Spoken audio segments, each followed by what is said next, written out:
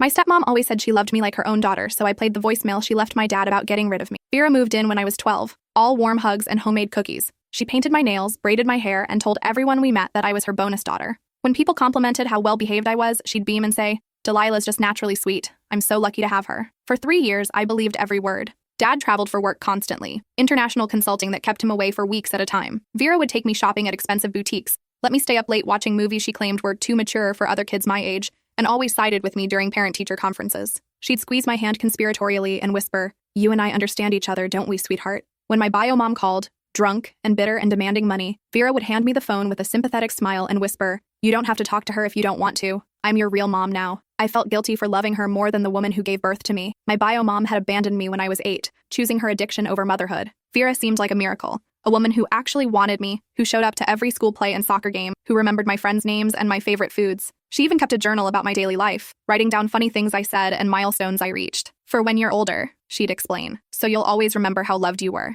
I'd catch her writing in it sometimes, tongue peeking out in concentration, and feel overwhelmed with gratitude. The red flags were so subtle I didn't recognize them as warnings, like how she'd always interrupt when I talked about memories from before she moved in. "Oh, honey, you were so young then. Are you sure that's how it happened?" She'd say it with such gentle concern that I'd start doubting my own recollections. Or how she gradually isolated me from Dad's extended family. His sister, Aunt Patricia, had always been close to me, but Vera would schedule conflicting activities during family gatherings. "Delilah has been looking forward to this art class for weeks," she'd tell Dad apologetically. I hate to disappoint her. Aunt Patricia started calling less frequently. Eventually, she stopped calling altogether. Vera also had a way of inserting herself into every conversation I had with Dad. If he asked about school, she'd jump in with elaborate stories about my day before I could answer. If I tried to tell him about a problem I was having, she'd already have researched solutions and would present them as though we'd discussed them together. "Delilah and I think it would be best if," became her constant refrain. Slowly, I started feeling like a supporting character in my own life, but I pushed down my discomfort because Vera's love felt so real. She knew exactly what to say when I was upset, exactly which comfort foods to make when I had a bad day. She helped me with homework every night, braided my hair each morning, and never missed an opportunity to tell people how proud she was of me. "I always wanted a daughter," she'd say, stroking my hair. "You're everything I ever dreamed of." Everything changed the day I came home sick from school early. I'd been battling a stomach bug for 3 days, trying to push through because we had a big chemistry test. But during third period, I threw up in the hallway and the nurse sent me home immediately. I used my key, Vera's idea, so I'd never feel locked out of my own home, and heard her voice coming from the kitchen. She was on the phone, laughing in a way I'd never heard before. Not the warm maternal chuckle I was used to, but something cold and calculating, something predatory. "The little brat actually thinks I care about her," she said, her voice dripping with contempt. "Dennis is so fucking gullible. Of course I'm sweet to his precious daughter. I've been playing this game for 3 years, and he hasn't suspected a thing." My blood turned to ice. I pressed myself against the hallway wall, afraid to breathe. But the second we're married and I get my name on everything, she's gone. I've already found a boarding school in Montana, middle of fucking nowhere. She'll visit holidays if she's lucky, but Dennis will be so busy with our real children, he won't even notice she's not around. I stood frozen in the hallway, my fever forgotten. Our real children. She was pregnant. "I'm not raising another woman's mistake," Vera continued, her voice becoming more vicious with each word. "Especially not one who looks exactly like his ex-wife. Every time I see those eyes, those fucking manipulative eyes, I want to slap the smug right off her face." Her voice rose as she warmed to her subject. "Do you know how hard it's been, pretending to love that spoiled little princess? 3 years of fake hugs and fake bedtime stories and fake interest in her stupid art projects. 3 years of, 'Oh, Delilah, you're so talented,' and 'Oh, Delilah, you're so smart.' I deserve a fucking Oscar." My hand shook as I quietly backed toward the front door. Each word was like a physical blow, shattering everything I thought I knew about my life. The best part? Everyone thinks I'm a saint. Her teachers, the neighbors, even Dennis's parents think I'm Mother of the Year. Who's going to believe a 15-year-old over the woman who's been nothing but loving and patient for 3 years? She laughed again, and the sound made my skin crawl. "I've been documenting everything, building my case, how she's been acting out lately, talking back, her grades slipping. I even have a folder full of her concerning behavior that I've been collecting. By the time this baby comes, little Miss Perfect will be someone else's problem." I slipped out the front door and sat in our neighbor's garden, hidden behind Mrs. Chen's rose bushes, until I saw Dad's car pull up hours later. My mind was reeling, trying to process what I'd heard. 3 years of lies,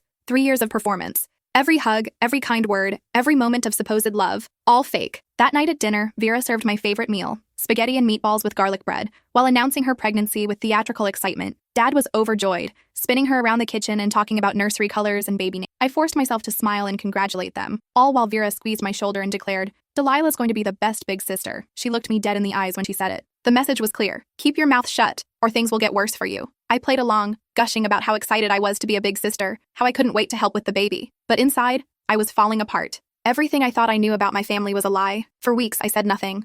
Who would believe me? Perfect Vera, who volunteered at the food bank every Saturday and brought soup to sick neighbors and organized charity drives at church. Perfect Vera, whose journal about my childhood was filled with loving observations and proud moments. Meanwhile, she continued her performance with renewed vigor. She bought me a Big Sister t-shirt and let me help paint the nursery a soft yellow. She took photos of us shopping for baby clothes and posted them on social media with captions about how blessed she felt to have such a wonderful stepdaughter. But late at night, when Dad was asleep and she thought I couldn't see, I caught glimpses of her true face. The way she'd glare at me when Dad wasn't looking, her expression full of cold hatred. How she'd accidentally bump into me in the hallway, hard enough to leave bruises on my ribs. How she'd move my belongings just slightly, making me feel like I was going crazy when I couldn't find things where I left them. Once, she cornered me in the laundry room while folding baby clothes. "Enjoying your last few months here?" she whispered, holding up a tiny onesie. "Because that's all you have left, sweetheart. I've already picked out your uniform for Mountain View Academy. Navy blue polyester. Very flattering." When I didn't respond, she stepped closer. "You know what the best part is? Your father will think it was his idea. He'll be so overwhelmed with the new baby that when I suggest you need more structure, more discipline, he'll practically beg me to find you a good boarding school." She smiled,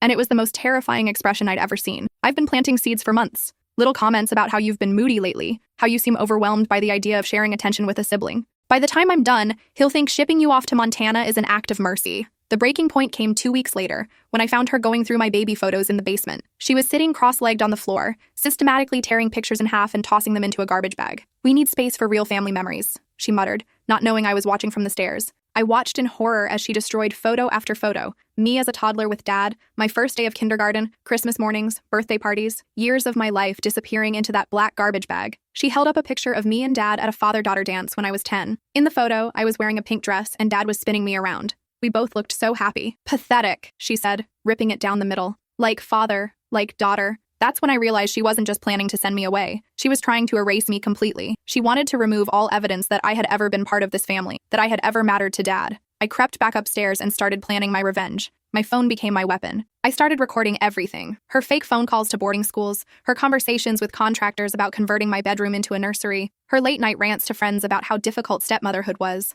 I documented her throwing away my belongings, claiming they were taking up space for the baby. I recorded her practicing concerned expressions in the mirror, rehearsing how she'd tell Dad about my supposed behavioral problems. I even caught her researching how to plant evidence that would make me look like I was using drugs. But the most damning evidence came from her own stupidity. The final piece came when Dad left for a 2-week business trip to Singapore. Vera thought I was asleep and called her sister Carmen in Phoenix, leaving a rambling, wine-fueled voicemail about her master plan. I pressed my ear to the heating vent in my room, phone recording, as her drunken voice carried up from the kitchen below. "Carmen, it's me. I know it's late, but I had to call. I'm so fucking close I can taste it. 2 more months and that little bitch will be out of my hair forever." She was slurring slightly, and I could hear wine glasses clinking in the background. Dennis is wrapped around my finger. These pregnancy hormones have him treating me like a goddamn queen. I've been documenting every little thing, how she's been acting out, talking back, her grades slipping from A's to B's. I even planted some of my old anxiety pills in her backpack that I can discover if I need to escalate things. She laughed at her own cruelty, the sound echoing through the vents. The best part? I've already forged his signature on the boarding school application. Mountain View Academy confirmed they have a spot for her starting in September.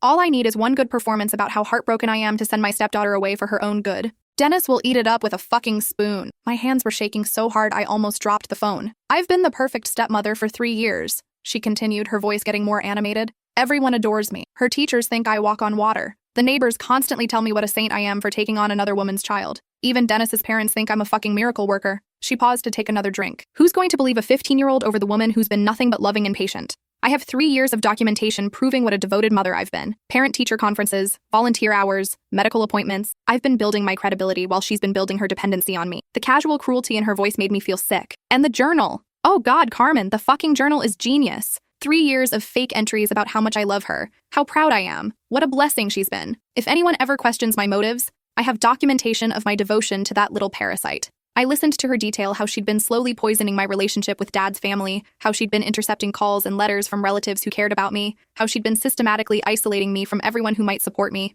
I told Dennis's sister that Delilah didn't want to talk to her anymore, that she was going through a phase where she only wanted to bond with me. Patricia was hurt, but she believed it. "They all believe everything I tell them because I'm just so fucking convincing." She laughed again, the sound making my skin crawl. "The hardest part has been pretending to care when she gets excited about stupid teenage shit. Do you know how many school plays I've had to sit through? How many soccer games where I had to cheer while she ran around like an uncoordinated deer? How many bedtime stories I've had to read while fighting the urge to smother her with the pillow?" My blood ran cold. But it's almost over. 2 more months of this charade and then it's just me, Dennis, and our real family. I'll finally get the life I deserve. And that little reminder of his failed first marriage will be someone else's problem. She paused. And when she spoke again, her voice was softer but somehow more chilling. "The baby will never even know she existed. I'll make sure of that. By the time he's old enough to ask questions, she'll just be some distant relative who went away to school. Dennis will be so wrapped up in being a father to his real child that he'll forget he ever had a daughter before me. I lay in bed afterward, phone clutched in my trembling hands, listening to her destroy my entire world with casual indifference. Every kind word, every hug, every moment of supposed love, all calculated manipulation designed to get close enough to Dad to destroy me. But I wasn't the same naive 12-year-old who had welcomed her into our home 3 years ago. I was 15, and I was done being anyone's victim. The next morning, she served me pancakes shaped like hearts,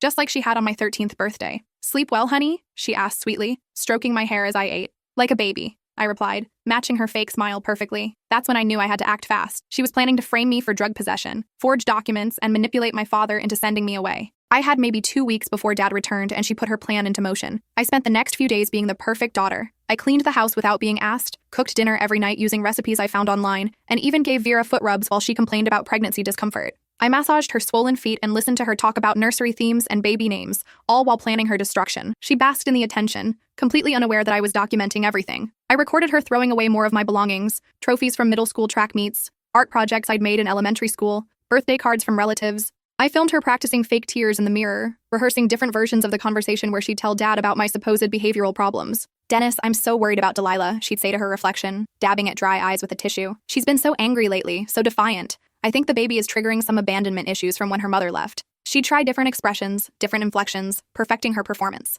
I caught her researching signs of teenage drug use and how to stage an intervention. I filmed her hiding my anxiety pills, medication I'd never seen before, in various locations around my room, testing different spots to see which would look most convincing when she discovered them. But the most damning evidence came from her own stupidity and arrogance. 3 days before Dad's return, Vera called Mountain View Academy to confirm my enrollment. She thought I was at soccer practice, but I'd hidden in the basement storage room and was recording through the heating vents. The sound carried perfectly through the old house's ductwork. "Hi, this is Vera Morrison calling about Delilah Morrison's enrollment for the fall semester," she said in her professional voice, the one she used when talking to teachers or doctors. I listened as she gave them my full name, birth date, and even my social security number, information she could only have gotten by going through Dad's private files in his locked office. "Dennis will be calling to confirm payment soon," she told them. "We're just so heartbroken about this decision, but Delilah needs more structure than we can provide at home. She's been acting out since we announced the pregnancy, and we think some distance and professional guidance will be best for everyone." The admissions counselor apparently asked about my academic performance, because Vera launched into a rehearsed list of lies. Her grades have been slipping, and her teachers are concerned about her attitude. She's become defiant and argumentative, especially toward me. I think she's having trouble adjusting to the idea of sharing her father's attention. She paused, listening to something on the other end. "Oh yes.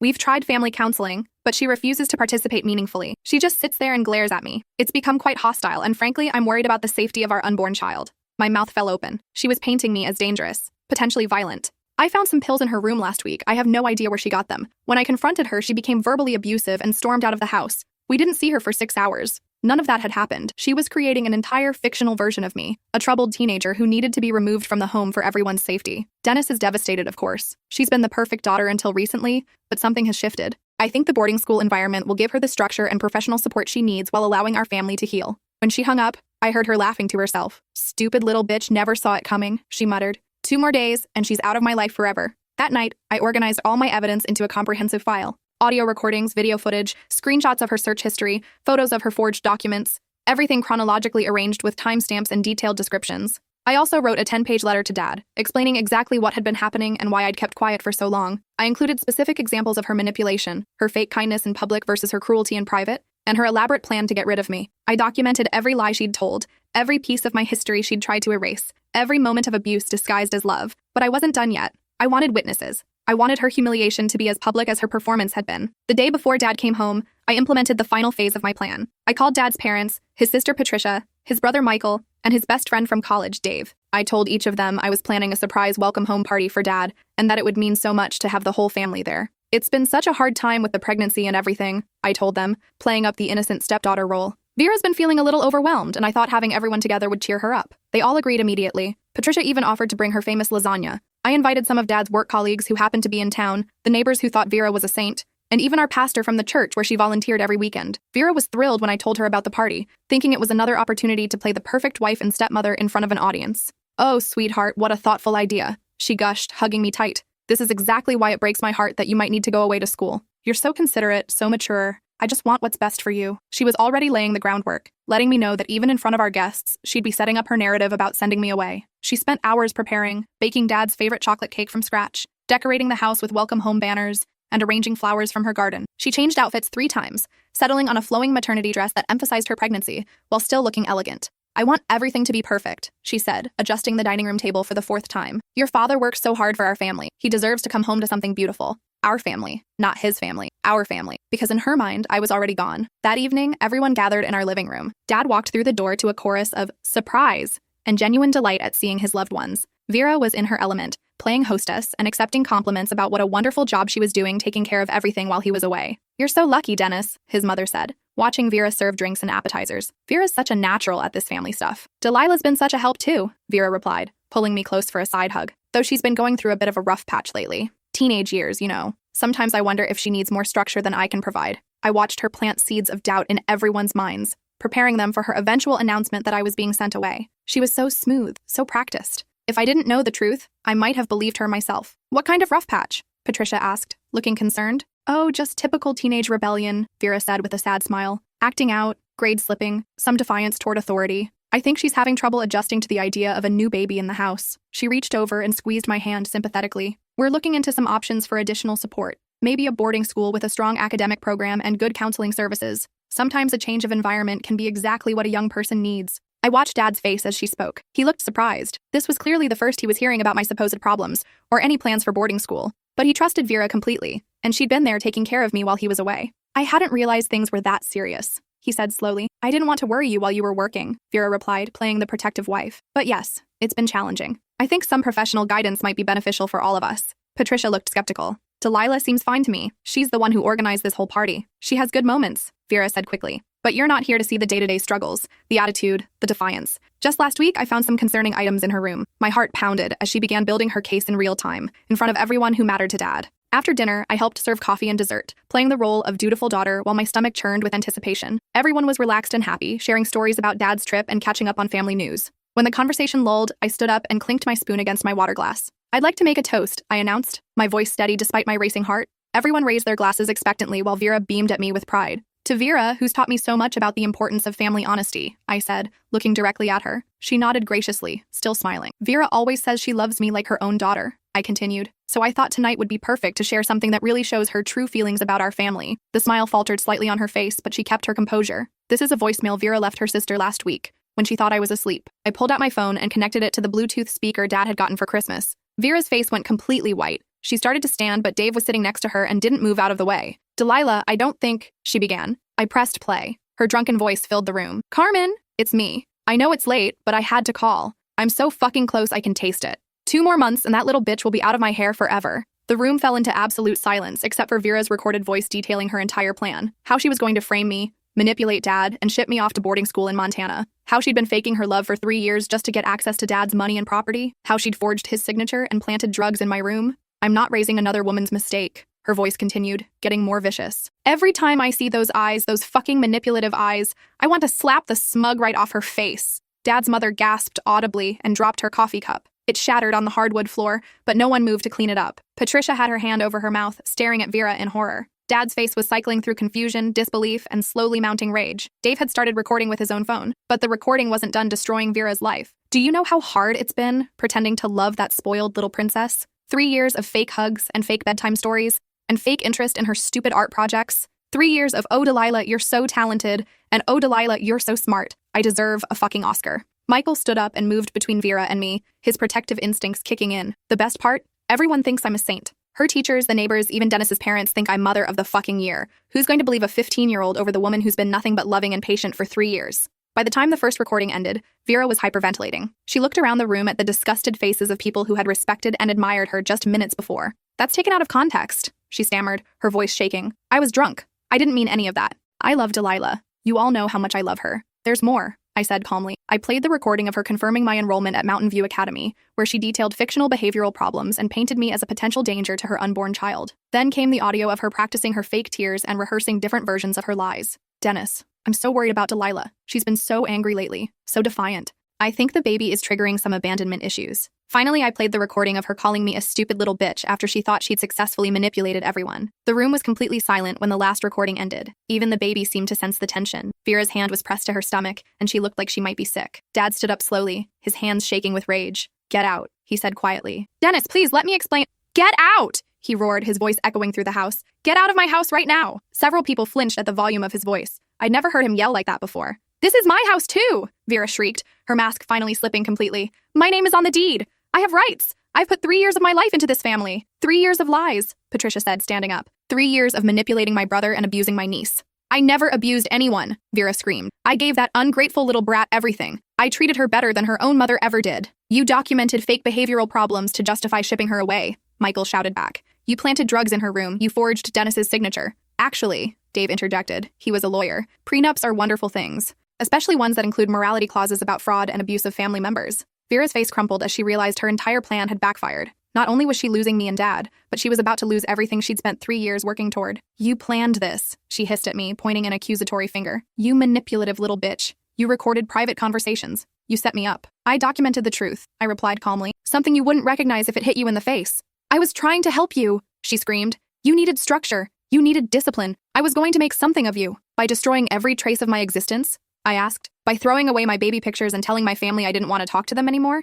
Dad looked confused. What's she talking about? Ask Aunt Patricia when she last talked to me, I said. Ask her about all the times she tried to call and was told I didn't want to speak to her. Patricia's face went white. Vera told me you were going through a phase. She said you only wanted to bond with her, that you found it hard to talk to your father's family because it reminded you of your mother's abandonment. I never said that, I replied. I haven't talked to you in over a year because she's been intercepting your calls and telling you lies. Dad turned to Vera, his expression murderous. You kept my daughter away from my family? I was protecting her, Vera insisted. She was confused, conflicted about her loyalties. I was helping her focus on our nuclear family instead of getting pulled in different directions. You were isolating her, Dad's mother said, her voice shaking with fury. You were systematically cutting her off from everyone who loved her so she'd have nowhere to turn when you got rid of her. That night, Vera packed her bags while Dad called his lawyer. The prenup was ironclad. Any attempt to defraud or abuse family members would result in immediate forfeiture of all claims to property or assets. Her pregnancy didn't matter. The fraud was documented. The marriage was over. She tried to take some of my belongings with her, things she'd claimed to love, artwork I'd made, photos of us together that she'd insisted on displaying. Dad stopped her at the door. Those belong to my daughter, he said coldly. The daughter you tried to destroy. She's not even your real daughter, Vera screamed, her final attempt to hurt him. She's damaged goods from your failed marriage. Our baby will be your real child. Dad stepped closer to her, and for a moment I thought he might actually hit her. She's been my real daughter since the day she was born, he said quietly. You've been nothing but a cancer in our lives. Over the next few weeks, the full extent of Vera's manipulation came to light. The boarding school confirmed they'd received a fraudulent application with a forged signature. The police found the drugs she'd planted in my backpack, anxiety pills that were traced back to her prescription. When they searched her belongings, they found detailed notes about how to stage evidence and manipulate family court proceedings. She was charged with fraud, forgery, child endangerment, attempted kidnapping, and conspiracy to commit perjury. The district attorney was particularly interested in the forged signature, which constituted identity theft. During the court proceedings, more victims came forward. Vera had done this before, to her first husband's daughter, whom she'd successfully shipped off to military school when the girl was 14. That girl, now 25 and named Rebecca, testified about years of psychological abuse that her father never knew about. She convinced my dad I was troubled, Rebecca said through tears. She made him believe I needed help, that I was acting out because of my mother's death. I spent 4 years at that school, coming home only for Christmas and summer breaks. By the time I graduated, my father and I were strangers. Rebecca's testimony was devastating. She described the same pattern of behavior, the initial love bombing, the gradual isolation from family, the manipulation of the father figure, and finally, the systematic destruction of the child's place in the family. She told my father I didn't love him anymore, Rebecca continued. She intercepted letters I sent from school, threw away gifts I made him in art therapy. When I came home for visits, she'd already filled my room with her crafting supplies. There was no space for me anymore. The judge was clearly disturbed by the pattern of predatory behavior. During sentencing, he called Vera a danger to children and families, and noted that her actions showed a complete lack of empathy and remorse. Vera got 3 years in prison, and a restraining order keeping her away from me, Dad, and the baby when it was born. The judge also ordered restitution for the therapy I'd need to process years of psychological manipulation. The baby, my half-brother Oliver, was born while she was incarcerated. Dad got full custody, and we hired a wonderful nanny named Beatrice who actually loves children. She's been with us for 2 years now, and she's never once suggested that anyone in our family needs to go anywhere. Beatrice has gray hair and kind eyes and makes the most amazing chocolate chip cookies. She reads Oliver bedtime stories with funny voices and takes him to the park every afternoon. When he's older, I'll tell him that his biological mother was sick and couldn't take care of him, but that he's surrounded by people who love him completely. 6 months after Vera's conviction, I received a letter from her in prison. It was 8 pages of rambling, self-pitying nonsense where she blamed me for ruining her life, claimed she really had loved me, and begged me to ask Dad to drop the restraining order so she could see her son when she got out.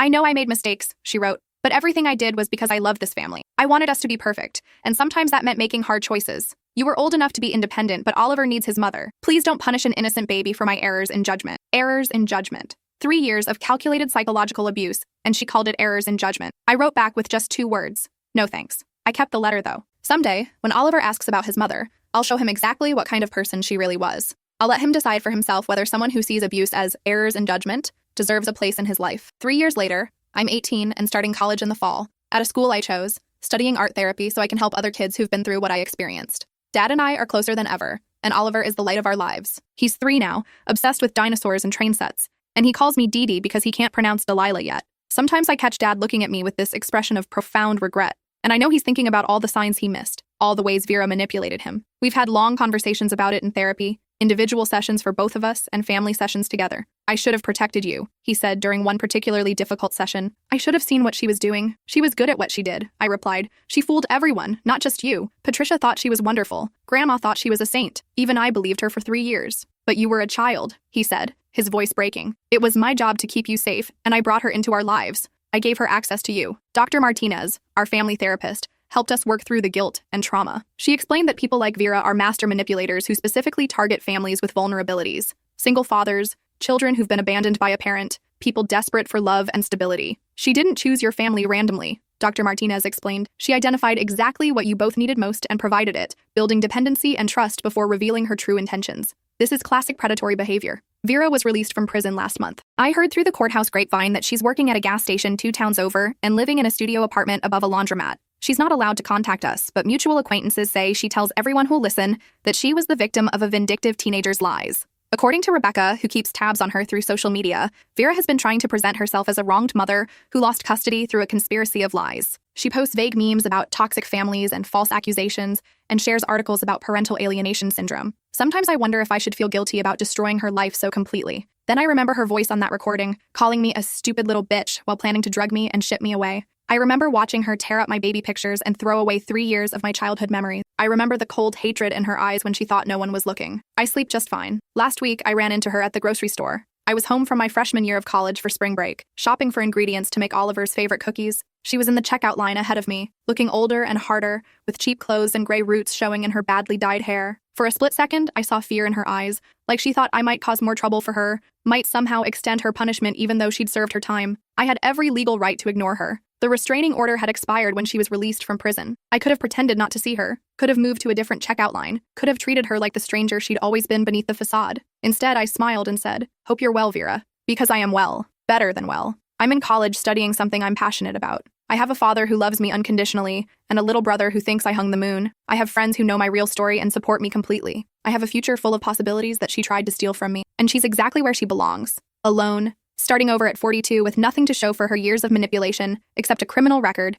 and a reputation that follows her everywhere she goes. Rebecca and I have become friends. We text regularly, sharing stories about our recovery and our relationships with our fathers. Her dad eventually realized what Vera had done to their family, and they've been rebuilding their relationship through therapy. It's been harder for them. She lost 4 crucial years of her adolescence to that military school, but they're making progress. The best revenge, Rebecca told me during one of our phone calls, is living well. She tried to destroy us, but we survived. We thrived. We became stronger than she ever expected us to be. She's right. Vera thought she was getting rid of a weak, dependent child who would disappear quietly into whatever institution she chose. Instead, she created someone who refuses to be silenced, who documents everything, who fights back when cornered. Oliver will grow up knowing that his big sister is someone who protects the people she loves, someone who stands up to bullies, someone who doesn't let anyone rewrite her story. And maybe that's the most important lesson of all, that love isn't about control or manipulation or possession. It's about believing in someone's right to exist, to take up space, to matter. Vera never understood that. She saw love as a performance, affection as a tool, family as a game to be won. She lost because she never realized that real love doesn't require you to destroy someone else to prove your worth. Sometimes, late at night when Oliver has a nightmare and crawls into my bed,